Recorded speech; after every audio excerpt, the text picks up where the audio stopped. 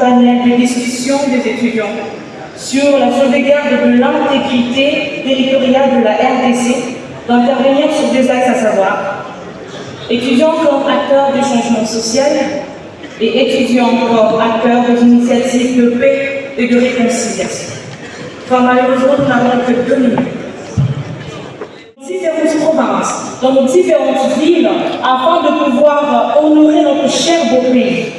Il est dit que notre capitale est entre guillemets l'une des plus sales du monde. Mais nous avons l'énergie et la capacité de nous mobiliser ou encore de nous sensibiliser dans des campagnes pour la propreté de notre capitale. Je prends le deuxième axe qui est étudiant comme acteur des initiatives de paix et de réconciliation. J'aimerais plus lancer un message d'interpellation. L'un de nos aînés a martelé hier que les jeunes doivent s'engager dans l'armée. J'aimerais juste nous rappeler que la majorité de ceux qui s'engagent dans l'armée, ce sont des jeunes comme moi, des jeunes comme mes chers camarades étudiants ici présents. Mais la question qui se pose est que, est-ce que le gouvernement garantit la survie de nos parents, de nos chères familles?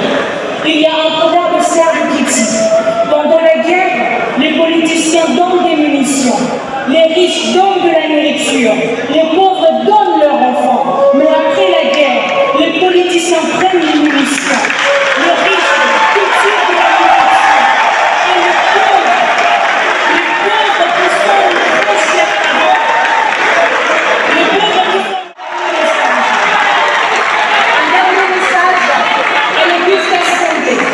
Arrêtez de nous regarder comme une génération perdue. Nous ne sommes pas le problème de la RDC, mais nous sommes la solution de la RDC.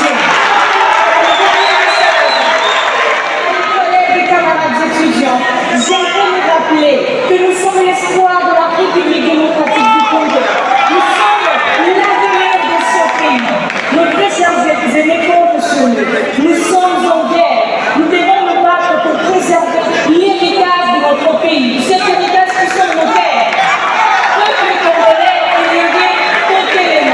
je dis que je vous remercie. Déjà, je tiens à remercier Madame la ministre de l'Issue pour cette très belle initiative qui a engagé, qui a réuni non seulement les matières grises de ce pays, mais aussi nous a donné l'opportunité à nous jeunes de s'exprimer.